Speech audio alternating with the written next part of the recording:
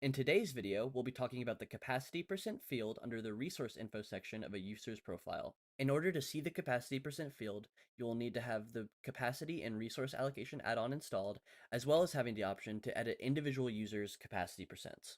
Capacity percent is a threshold for over-allocation of resources and essentially drives the red indicator in allocation reports. In today's example, we'll see how capacity percent compares to percent allocation default and utilization percent in a report, which as you can see, my utilization percent is 50 and my percent allocation default is also 50, whereas my capacity percent is 100.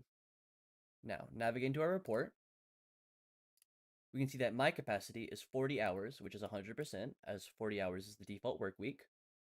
However, my target utilization is 20 hours, as it was 50% on my profile.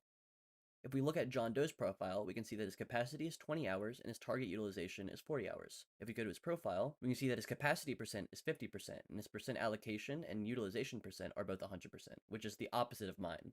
This leads for his capacity, which is 50%, to be 20 hours, and his target utilization was 100% to be 40 hours.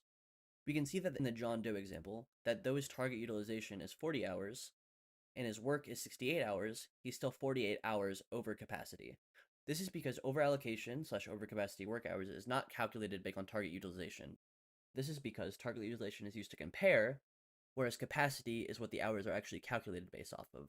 Now, if we go to John Doe's profile and we change his capacity percent to nothing, we just leave it blank, click Save, the system will use the default value provided in the resource allocation configuration page. To access this, you'll navigate to the My Insight menu, go to Add-ons, go to the Capacity and Resource Allocation add-on, click Configure, and you'll see Capacity percent default.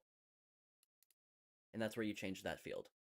And for more information about the fields other than capacity percent, as in percent allocation default, utilization percent, and capacity percent max, you can refer to our other videos and documentation on the subject.